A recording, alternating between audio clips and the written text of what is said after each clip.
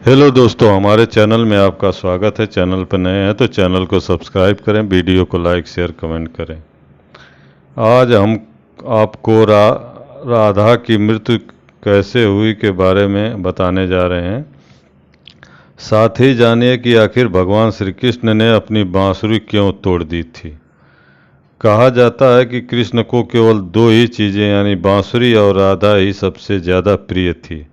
ये दोनों चीज़ें भी आपस में एक दूसरे से गहराई से जुड़ी हुई थी। तो चलिए जानते हैं कि आखिर राधा की मृत्यु कैसे हुई। भगवान श्री कृष्ण ने राधा पहली बार तब अलग हुई जब मामा कंस ने बलराम और कृष्ण को आमंत्रित किया। वृंदावन के लोग यह खबर सुनकर दुखी हो गए। मथुरा जाने से पहले श्री कृष्ण राधा से मिले थे। राधा श्री कृष्ण के मन में चल रही हर गतिविधि को जानती थी। राधा को अलविदा कह कृष्ण उनसे दूर चले गए। कृष्ण राधा से ये वादा करके गए थे कि वो वापस आएंगे, लेकिन कृष्ण राधा के पास वापस नहीं आए। उनकी शादी भी रुक्मिणी से हुई। रुक्मिणी ने श्री कृष्ण को पाने के लिए बहुत जतन किए थे। कृष्ण ने वृंदावन छोड़ने से ही राधा का वर्णन बहुत कम हो गया।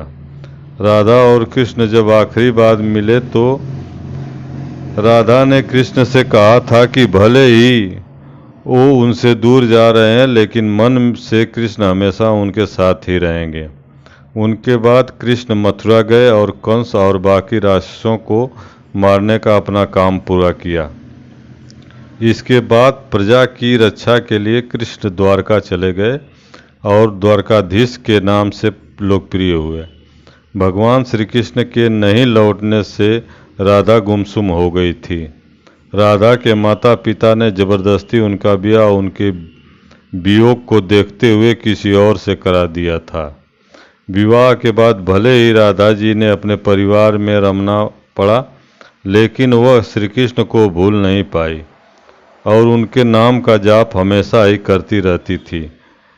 सभी कर्तव्यों से मुक्त होने के बाद राधा आखिरी बार अपने कृष्ण से मिलने गई। जब वह द्वारका पहुंची तो उसने रुक्मिणी और सत्यभामा के साथ कृष्ण के विवाह के बारे में सुना, लेकिन उसे दुख नहीं हुआ। जब कृष्ण ने राधा को देखा तो वे बहुत खुश हुए। दोनों एक दूसरे से काफ़ी देर तक बात करते रहे। हालांकि द्वारका में राधा को कोई नहीं जानता था। उसने कृष्ण से अनुरोध किया कि वह उसे महल में देविका के रूप में नियुक्त करें। राधा दिन भर महल में रहती और मौका मिलते वह कृष्ण के दर्शन कर लेती थी, लेकिन महल में राधा पहले की तरह भगवान कृष्ण के साथ आध्यात्मिक संबंध महसूस नहीं कर रही थी। इसलिए राधा ने श्री कृष्ण के साथ एक गहरा आध्यात्मिक संबंध स्थापित करने के उद्देश्य से महल से दूर जाने का फैसला किया। राधा को नहीं पता था कि वह कहाँ जा रही है और अपने अंतिम दिनों में पूरी तरह से अकेली और कमज़ोर है। अंतिम समय में उसने भगवान श्री कृष्ण आए। कृष्ण ने राधा से कहा कि उसने उससे कुछ मांगा, लेकिन राधा ने मना कर दिया। फिर से कृष्ण ने अनुरोध पर राधा ने कहा कि वह उन्हें आखिरी बार बांसुरी बजाते हुए देखना चाहती है। श्री कृष्ण ने एक बांसुरी ली और बहुत ही सुरीली धुन में बजाने लगे। कृष्ण दिन रात बांसुरी बजाते थे जब तक राधा ने अंतिम सांस नहीं ली और आध्यात्मिक रूप से कृष्ण के साथ विलीन हो गए। बांसुरी की धुन सुनकर राधा ने अपना शरीर त्याग दिया। राधा की मृत्यु के बाद कृष्ण जी को बेहद दुख हुआ।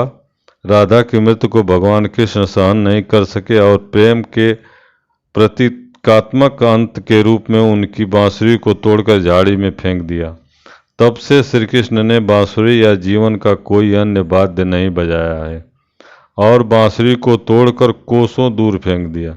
जिस स्थान पर राधा ने अपनी अंतिम सांसें ली थी, वहाँ राधा रानी के नाम से मंदिर स्थापित है और वह मंदिर आज भी महाराष्ट्र में स्थित है।